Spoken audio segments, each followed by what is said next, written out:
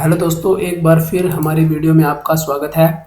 पिछली वीडियो में हमने chapter 2 acid basis and salts की एक्टिविटीज़ की थी 1 से 5 तक। इस वीडियो में हम 5 से आगे जो भी एक्टिविटीज़ हमारी रह गई थी उन रिमेनिंग एक्टिविटीज़ को हम अपनी इस वीडियो में कवर करेंगे। तो शुरू करने से पहले दोस्तों, अगर आपने अभी तक हमारे चैनल को सब्सक्राइब नहीं किया है तो प्लीज़ इसे सब्सक्राइब कर लीजिए ताकि आप हमारी सभी जो वीडियोज़ हैं उसके बारे में अपडेट रह सके। तो चलिए स्टार्ट करते हैं। तो चलिए करते हैं पहले हमारी एक्टिविटी 2.6। तो 2.6 करने से पहले दोस्तों मैं आपको कहना चाहूँगा कि हमारी पूरी वीडियो को जो भी हम बनाते हैं इनको पूरा देखिए ताकि आपको जो हमारे चैप्टर्स हैं वो इजीली और अच्छे तरीके से समझ में आ जाएं।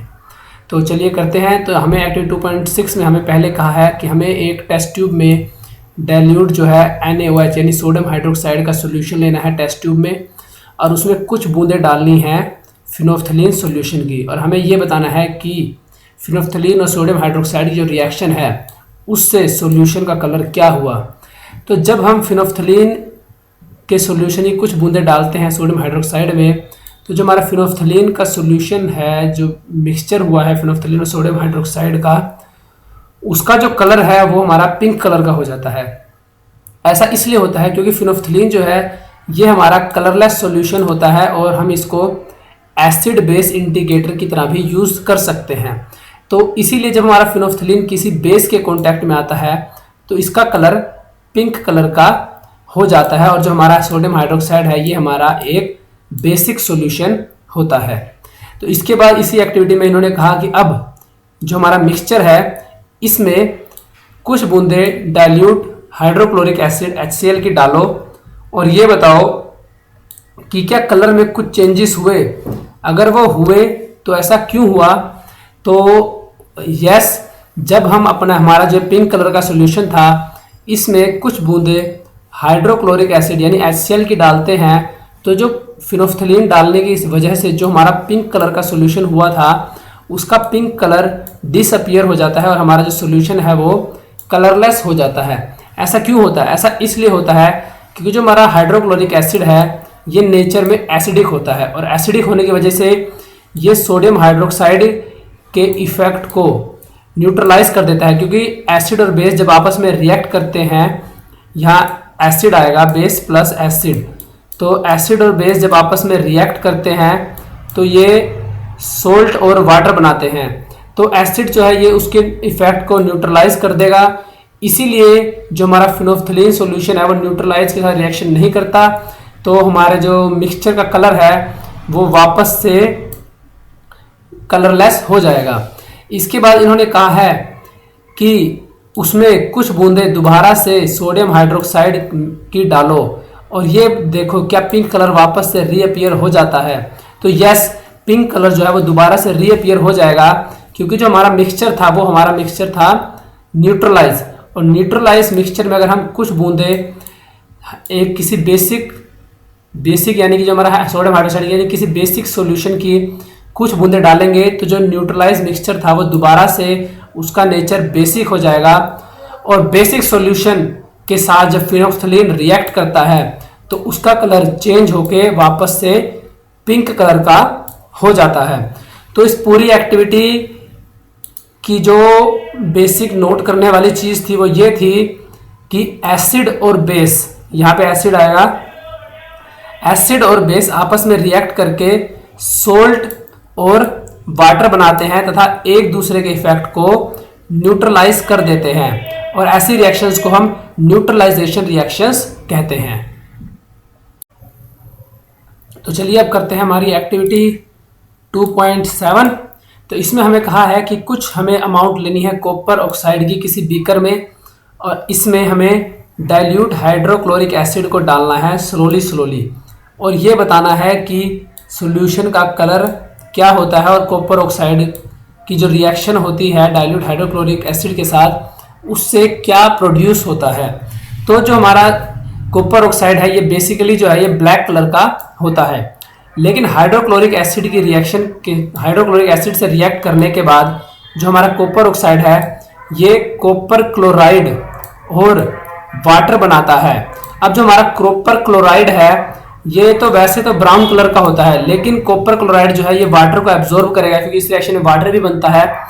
और वाटर को एब्जॉर्ब करने की वजह से जो हमारा सॉल्यूशन है इसका ग्रीन कलर शो होगा, यानी जो हमारे कॉपर क्लोराइड का एक्वस सॉल्यूशन है या जो कॉपर ऑक्साइड और डाइल्यूट हाइड्रोक्लोरिक एसिड की रिएक्शन के बाद हमारे पास जो सॉल्यूशन हमें मिलेगा उस सॉल्यूशन का कलर होगा ग्रीन।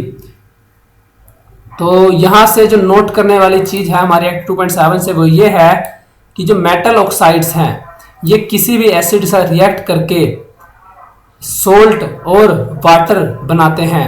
ये चीज आप नोट कर लीजिए, एग्जाम में ये चीज पूछी जाती है। तो चलिए करते हैं हमारी एक्टिविटी 2.8।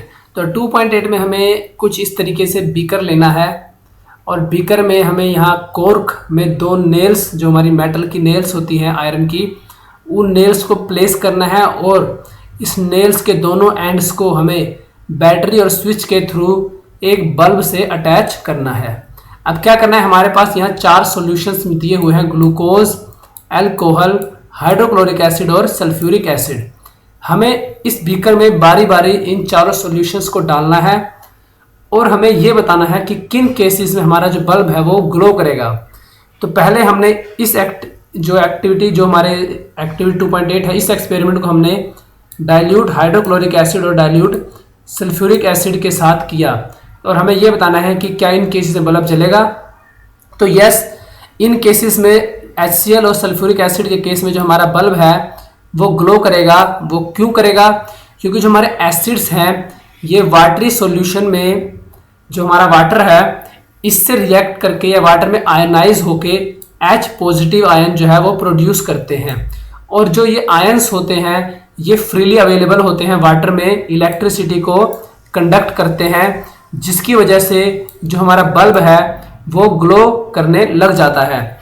तो उसके बाद इन्होंने ये बताया है कि इसी एक्सपेरिमेंट को ग्लूकोज और अल्कोहल सॉल्यूशंस के साथ करो और ये बताओ अब आपने क्या ऑब्जर्व किया।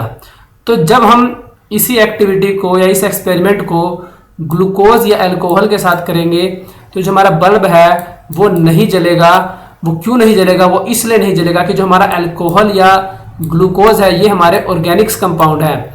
ये ऑर्गेनिक कंपाउंड जो है ये वाटर का जो मिक्सचर है उसमें मिलने के बाद आयनाइजेशन नहीं करते, ये आयंस प्रोड्यूस नहीं करते, जिस वजह से जो सॉल्यूशन है वो इलेक्ट्रिसिटी कंडक्ट नहीं कर पाता। अगर इलेक्ट्रिसिटी कंडक्ट नहीं कर पाएगा तो जो हमारा बल्ब है वो ग्लो नहीं करेगा।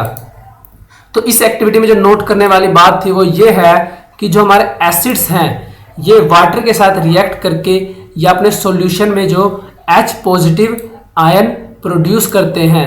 H पॉजिटिव आयन प्रोड्यूस करने की वजह से जो हमारे एसिड्स हैं ये इलेक्ट्रिसिटी को इजीली कंडक्ट कर पाते हैं और ये H पॉजिटिव आयंस एसिड्स की एसिडिक प्रॉपर्टीज के लिए भी रिस्पॉन्सिबल होते हैं। तो चलिए करते हैं हमारी एक्टिविटी 2.9।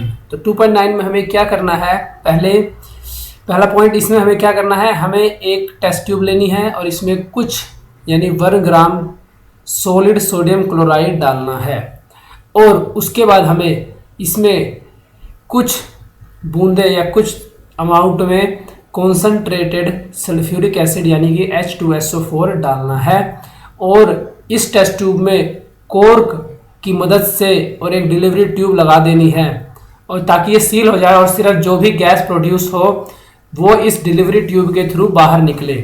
और हमें ये ऑब्जर्व करना है कि क्या कोई गैस इस डिलीवरी ट्यूब से बाहर कमिंग आउट होती है।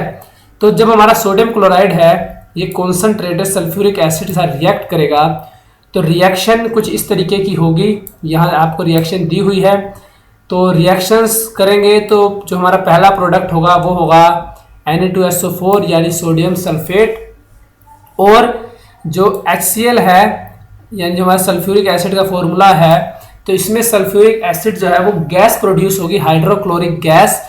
इसमें जो है sodium hydrochloric acid liquid form में नहीं प्रोड्यूस होगा, एक गैस प्रोड्यूस होगी HCl की। अब इन्होंने कहा है कि उस गैस को एक ड्राई और वेट ब्लू लिटमस पेपर के पास लेके जाओ तो क्या हमारे लिटमस पेपर का कलर चेंज होगा।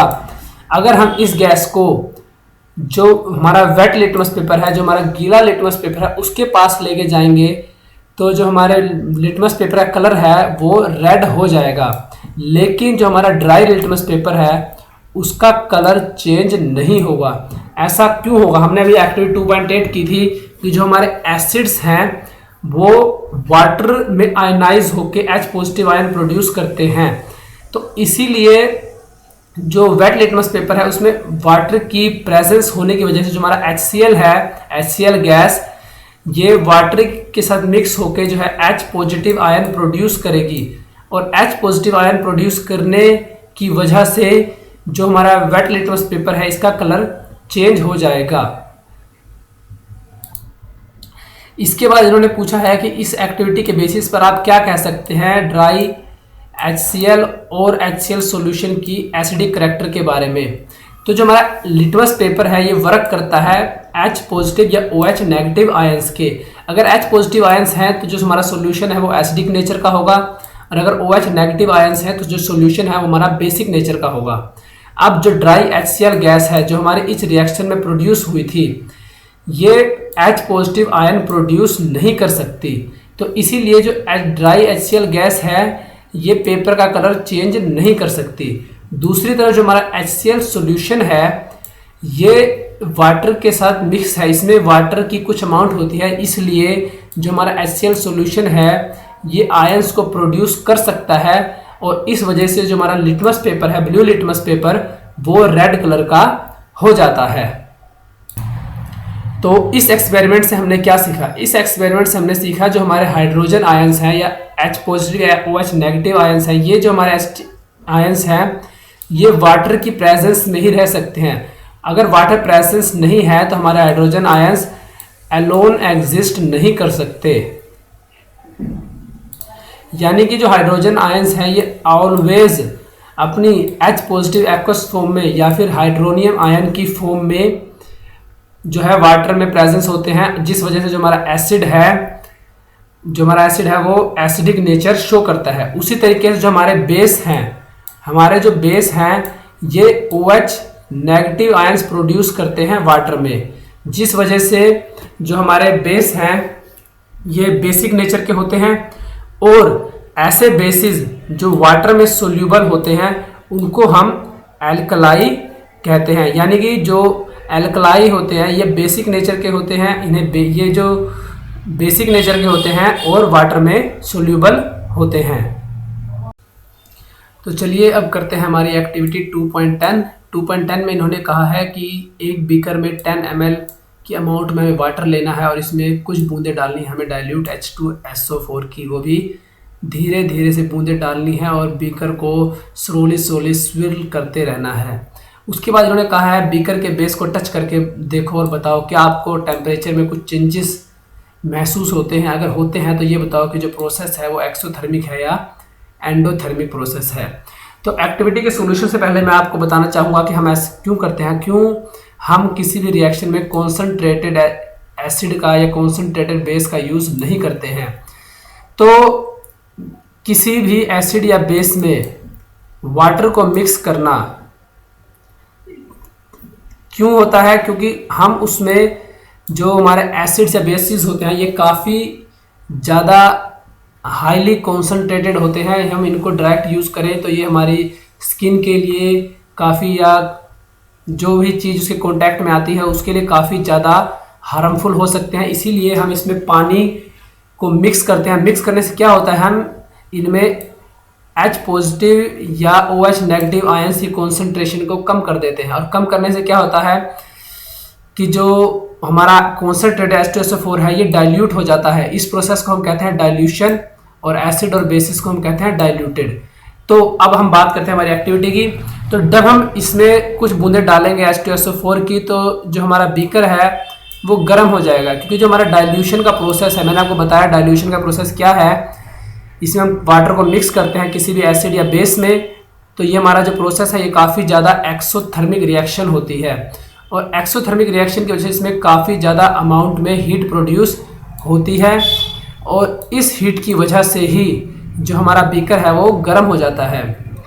इसीलिए कहा जाता है कि हमेशा एसिड या बेस को वाटर में डालना चाहिए धीरे धीरे, ना कि वाटर को एसिड या बेस में। डाइल्यूशन का जब भी प्रोसेस करें तो हमेशा पानी लें और उसमें एसिड या बेस की, जिसको भी आपको डाइल्यूट करना है, उसकी बूंदें धीरे धीरे डालें और वाटर को स्लोली स्टिर करते रहें, ना कि एसिड लेके उसमें पानी को मिक्सचर करें। क्योंकि यदि आप ऐसा करते हैं तो जो प्रोसेस है वो काफ़ी ज़्यादा एक्सोथर्मिक होगा और इस वजह से जो हीट जनरेट होती है वो काफ़ी ज़्यादा अमाउंट में हीट जनरेट हो सकती है। हो सकता है कि जो मिक्सचर है वो बीकर से बाहर निकल जाए, स्प्लैश आउट हो जाए, जिससे मे भी आपको स्किन बर्न हो जाए। इसके अलावा ऐसा भी हो सकता है कि इतनी ज़्यादा अमाउंट में हीट प्रोड्यूस हो कि जो ग्लास कंटेनर, जो बीकर है, वो ही उस हीट की वजह से ब्रेक डाउन हो जाए।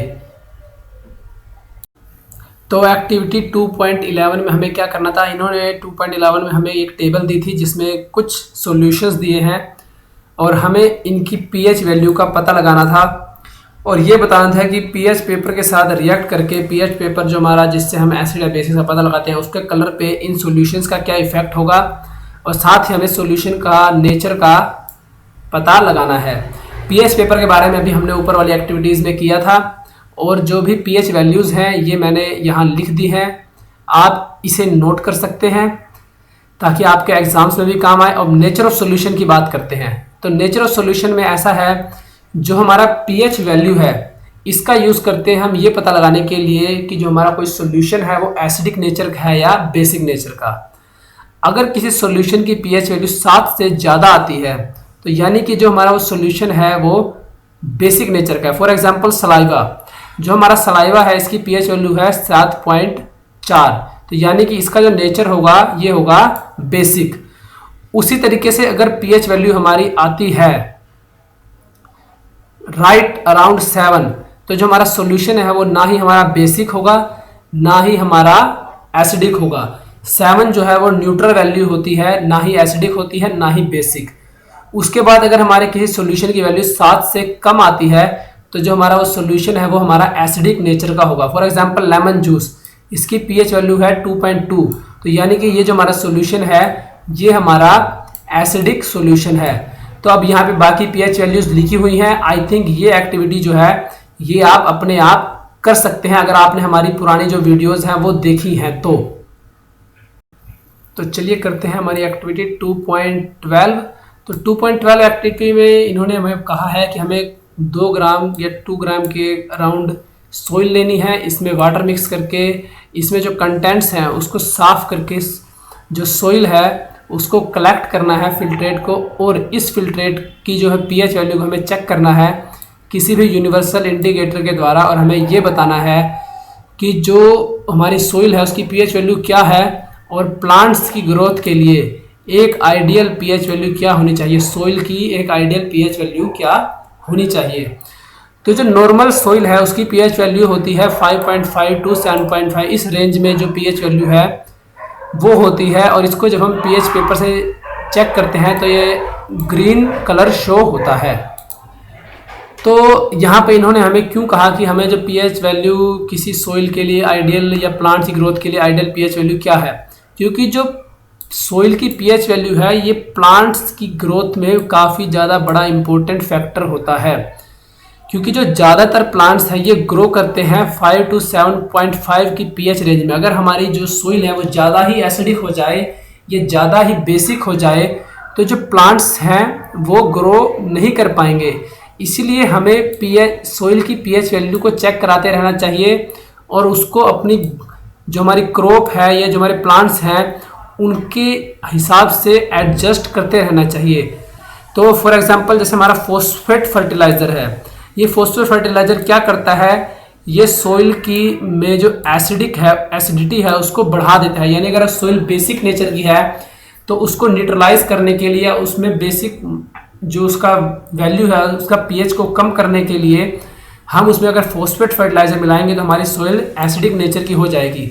उसी तरीके से यदि सोइल हमारी एसिडिक नेचर की है तो उसमें पोटेशियम फर्टिलाइज़र मिलाने से जो ये हमारी सोइल है ये पोटेशियम फर्टिलाइज़र उसके इफेक्ट को न्यूट्रलाइज कर देता है। तो अब आपको पता लग गया कि सोइल की पीएच वैल्यू क्यों ज़्यादा इंपॉर्टेंट होती है प्लांट्स की ग्रोथ के लिए। तो इसके बाद हमारी एक्टिविटी 2.13 एक्टिविटी में इन्होंने हमें कुछ सोल्ट्स दिए हैं और हमें ये पता लगाना था कि जो हमारे सोल्ट्स हैं वो किस फैमिली को बिलोंग करते हैं। तो फैमिली से मैं कैसे बिलोंग करते हैं, क्योंकि जो हमारे एसिड्स और बेसिस हैं, मैंने इनको टेबल की फॉर्म में लिखा है ताकि आपको इजीली समझ में आ जाए।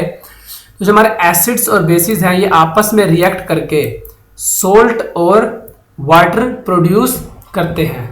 तो कोई सोल्ट हमारा किस एसिड या किस बेस के रिएक्ट करने से बना है, इसका पता लगा के हम इजीली बता सकते हैं कि जो हमारे सोल्ट्स हैं वो किस फैमिली को बिलोंग करते हैं। फॉर एग्जांपल हमारा पोटेशियम जो सोल्ट सल्फेट है, ये हमारा सोल्ट पोटेशियम सोल्ट की फैमिली को बिलोंग करता है और सल्फेट सोल्ट्स की फैमिली को बिलोंग करता है।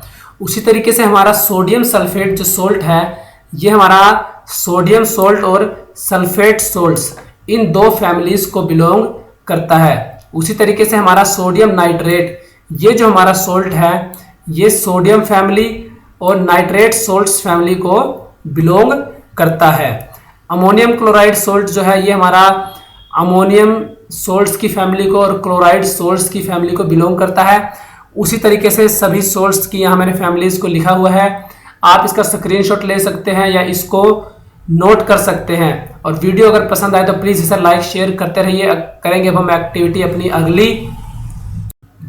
तो हमारी नेक्स्ट एक्टिविटी है एक्टिविटी 2.15 एक्टिविटी में इन्होंने हमें कहा है कि हमें कुछ क्रिस्टल्स लेने हैं ड्राई कॉपर सल्फेट के, इन्हें एक बॉइलिंग ट्यूब में डालना है और हमें ये बताना है कि जब हम इन कॉपर सल्फेट क्रिस्टल्स को हीट करेंगे तो हीट करने के बाद कॉपर सल्फेट सॉल्यूशंस का जो कलर है वो किस तरह का हो जाएगा, और साथ ही क्या आपको बॉइलिंग ट्यूब पर कुछ वाटर ड्रॉपलेट्स दिखती हैं, और अगर दिखती हैं तो ये वाटर कहाँ से आया।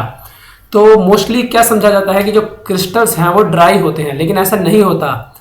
जो हमारा कॉपर सल्फेट का क्रिस्टल है ये हवा से जो मॉइस्चर है उसको एब्जॉर्ब करके अपना हाइड्रेट बनाता है, और हाइड्रेट बनाने की वजह से जो हमारा कॉपर सल्फेट क्रिस्टल होता है ये यूजुअली जो है ये हमारा ब्लू कलर का होता है। जब भी हम इसको मोस्टली रूम में या एयर में या रूम टेम्परेचर पे जो हमारा कॉपर सल्फेट का क्रिस्टल होता है ये हमारा ब्लू कलर का होता है। लेकिन जब हम कॉपर सल्फेट क्रिस्टल को गर्म करते हैं तो गर्म करने से क्या होता है, जो कॉपर सल्फेट का जो हमारा हाइड्रेट होता है जो क्रिस्टल फॉर्म में जिसमें वाटर भी मिक्स होता है, उसका जो वाटर है वो इवेपोरेट हो जाता है, goes away, the water goes away, water evaporate हो जाता है, जिस वजह से जो हमारा कॉपर सल्फेट का जो क्रिस्टल है वो कलरलेस हो जाता है। और जो वाटर है उस वही वाटर जो कॉपर सल्फेट क्रिस्टल में है, आप उसी वाटर की कुछ जो ड्रॉप्स हैं वो टेस्ट ट्यूब में देख सकते हैं। टेस्ट ट्यूब में आपको जो टेस्ट ट्यूब की जो हमारी सरफेस होगी उस पर आपको वाटर की वो कुछ ड्रॉप्स जो इवेपोरेट हुआ है कॉपर सल्फेट क्रिस्टल से वो आप देख सकते हैं टेस्ट ट्यूब पर। उसके बाद इन्होंने कहा है अब इसी सल्फेट क्रिस्टल में कुछ बूंदे 2 to 3 ड्रॉप्स वाटर की डालो तो क्या होगा, यानी तो आप क्या ऑब्जर्व करें, क्या ब्लू कलर जो है वो वापस रिस्टोर हो जाएगा। तो जो हमने हीट किया था कॉपर सल्फेट क्रिस्टल को, तो जो वाटर था वो जो है इवेपोरेट हो गया था, जिस वजह से हमारा कॉपर सल्फेट क्रिस्टल जो है वो कलरलेस हो गया था। लेकिन जब हम इसमें दोबारा से जो हमारा डिहाइड्रेटेड वाटर ना होने की वजह से हमारा कॉपर सल्फेट क्रिस्टल डिहाइड्रेट हो गया था, ये वापस से वाटर को रीगेन कर लेता है, और रीगेन करने की वजह से हमारा कॉपर सल्फेट क्रिस्टल दोबारा से हाइड्रेट हो जाता है, और हाइड्रेट होने की वजह से ये अपने कलर को भी वापस से रिस्टोर कर लेता है और ये वापस से ब्लू कलर का हो जाता है। तो यहाँ पे हमारी एक्टिविटी 2.15 कंप्लीट होती है। अगर आपको ये वीडियो पसंद आई हो तो प्लीज़ इसे लाइक और शेयर जरूर करें। आज की वीडियो में इतना ही, धन्यवाद।